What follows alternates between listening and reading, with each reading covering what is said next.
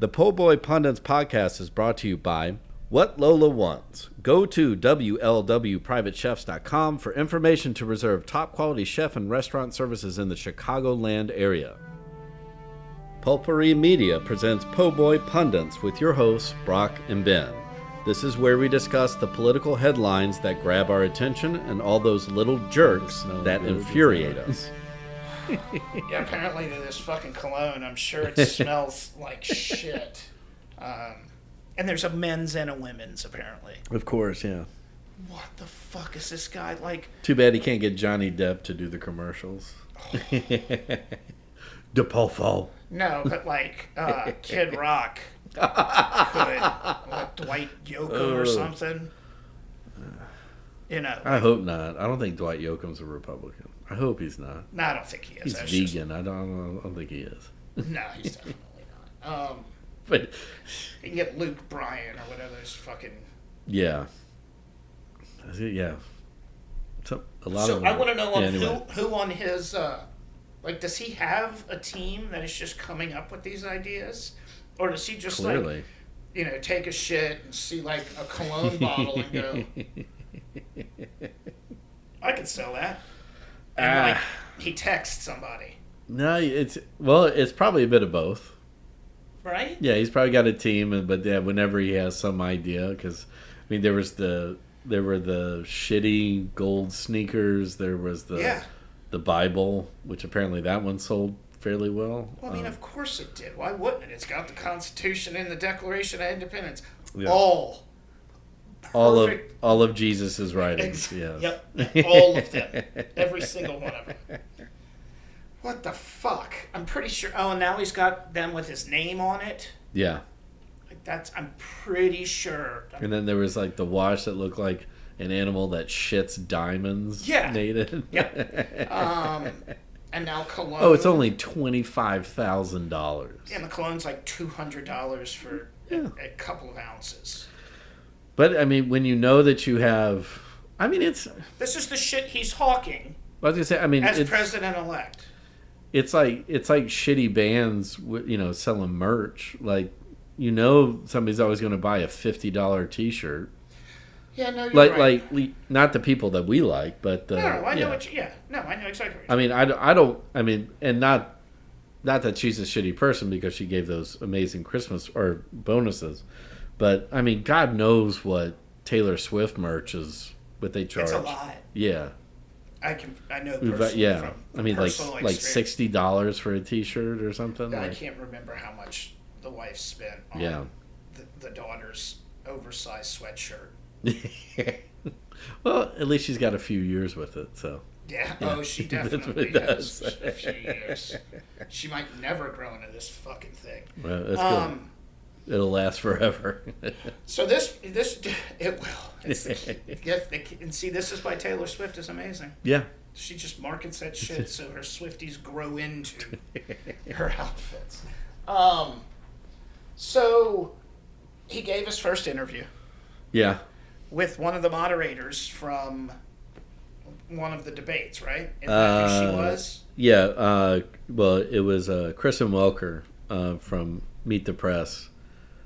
I think she did. Did NBC do the first debate, the Biden-Trump debate? I think we've had this conversation. Yeah. So yeah, okay, that makes sense. And it was a pretty gentle interview, nothing major. I miss the days of Barbara Walters. No, like Tim Russert. Oh yeah, him too. Like he would just pick at anybody. Yeah, he didn't give a fuck. Democrat or Republican, because that's what he got off on, was just like, oh, I want to make you as uncomfortable as fuck right now. Yeah, my dopamine levels rise. This is my drug. This is a guy that got like Dick Cheney to stammer. Yeah. Like, he died too soon. Yeah, he did. Could you imagine? Rest in power. Go Bills. It's probably better that he passed. Yeah. Than have to deal with this shit. Although, could you imagine him talking to Biden like 2 years ago? Yeah. Like, yeah. Like, right, do you understand the question, Mr. President? Right. Exactly. In a very gentle way, but also being like, what the fuck is wrong with you? Do you hear me? Like, that's what that is. Yeah. Do you understand the question, Mr.? Yeah, exactly. No, she threw out, I guess that the biggest points he made was doubling down on a lot of the shit. Yeah. Like, yes, we most absolutely have to mass deportation day one, but kind of walked it back by saying, criminals first, which seems to be their go-to answer. Yeah. When they get pushback, but criminals first. So, but... And again, how does that work? Like, how do you know if they're not in the system? Because they're fucking illegals. Yeah, but I mean, that doesn't mean... It's actually easier to put them in prison if they're not U.S. citizens. Oh, I guess you're right. So that means you just round everybody up. Yeah, but... Okay. So he's doubling down on it. That's fine. I mean, like that's part of the scare narrative, which is that there's these people out there that have committed these horrendous crimes. We know they've committed these crimes. But they're not in jail because they're illegal. Right. Well, then what's the point of a judicial system if you can't... Like, if all they got to go is like, I'm from Honduras... That's what I'm saying. No, like it's gonna, right. It'll turn into the stop and frisk from New York. Where, like, if you're brown. Well, I mean, yeah. I mean, that's the scary, like Gestapo part of it. I mean, that's what's going to happen. Giuliani did it in New York. Reality is that if these people are criminals and we know that they're criminals, they're already in prison somewhere. Exactly. And we just deport them straight from prison. Correct. But then, at the same time, it's like, well, that just means you're freeing up space in prison for other people. They're not that nuanced. Okay, so he doubled down on that, which, whatever. Of course, yeah. He also doubled down on tariffs. Yeah. God, I wish I had the quote. I wish I wrote it down. Something along the lines of what Elon was saying. Like, some Americans might have to suffer. Yeah, meaning your entire base. Correct. Yeah. But, them saying the quiet part out loud now is a little scary. Like, it's one thing hearing from Elon on social media or whatever, but when Trump gets out there and says something to the effect of, yeah. Which, and just staying on that point of tariffs, did you see, they may not have played it when you were watching the Saints game, but it was on during the Saints game. Ontario, Canada, did an ad about how good of trade partners they are with the United States. No, I missed that. Yeah, like it was not just Canada, Ontario, and you did a specific ad of like we're your best trade partner. Essentially, without saying it, going, why would you fuck this up? Yeah, I mean, we get a lot of oil from them. So what was it, like oil, timber? A lot of that's our the other thing. Timber, yep. So construction costs are going to go up. Yep. I mean, if Trump's just blanket tariffs go in. And he doubled down on that he's going to do that day one. Yeah. And you get a lot of your vegetables and fruit from Mexico. Yeah. A lot. A lot. Like, particularly in the winter when you can't grow it in the United States. Yes. Yep. Yeah. All of that stuff. You can't just freeze produce and put it in thaw. His base is like, I don't eat none of that shit anyway. I hunt in the winter. Yeah. I eat deer meat. I'm not a rabbit. Right. I eat deer meat. My family eats deer meat. Yeah. We like potatoes. Whatever. Those are even tough to grow in the winter. Facts. Like Russia could do it. Yeah. But they like to drink vodka. But you're right. You ain't getting any of them Idaho potatoes. Yeah. In the winter. Okay, what was another one? Double down on pardoning every January 6th person who's been treated unfairly. Yeah. All of them. I kind of fear, too, now he's going to use, like, the Hunter Biden pardon as justification for that, too. Like, well, if Biden can pardon his criminal son. Somebody should flip that right back and go, well, buddy, you've nominated a dude who you pardoned who was in prison for tax evasion and all this other shit, insider trading, whatever. You pardon him. Yeah. And he's going to be in your cabinet. Yeah. I want to fucking hear it, Roger Stone. Yeah, it's just, I mean, like particularly like I just love that narrative that they're pushing about January 6th now. Like as if it wasn't, like those people didn't proudly post all their cell phone videos.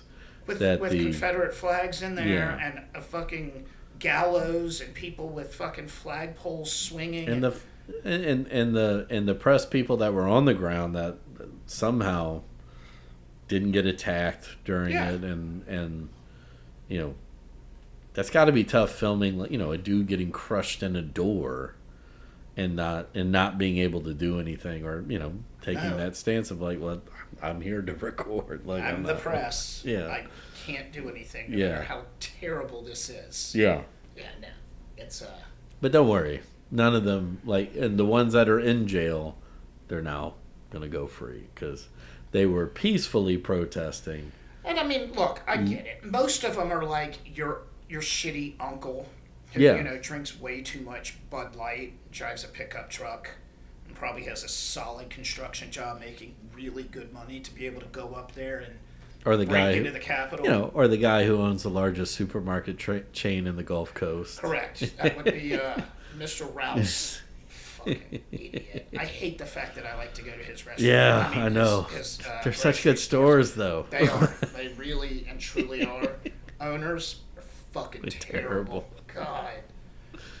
But, you know, like, I get it. It's those people. You know, somebody's grandmother who thought it would be cool to go up there and, like, protest and followed the crowd into the... Come on, bruh. I guess we all know the question, too. And we mean grandmother as, like, a 40-year-old who got knocked up when she was, like, 16, and then her daughter got knocked up when she was... Yeah, no, that's what I meant. Yeah, I didn't mean, like, Nana. Yeah, no. Not a proper grandma. No. You don't call me grandma. I'm only 40. A Gen X grandmother. Yeah. I ain't no grandmother. I drank from a hose. Yeah. Fucking Christ. Who gives a shit? So did I. I'm not dying on that hill. Fucking morons. So what else did he say? He backed up all of his cabinet picks. I don't think he walked back any of those. Of course not. And then he got salty when she fact-checked him on, like, tariffs or something. Well, yeah, because, I mean, you know, even conservative economists are like, we can do tariffs, like, here, and not here, not so much right here. No.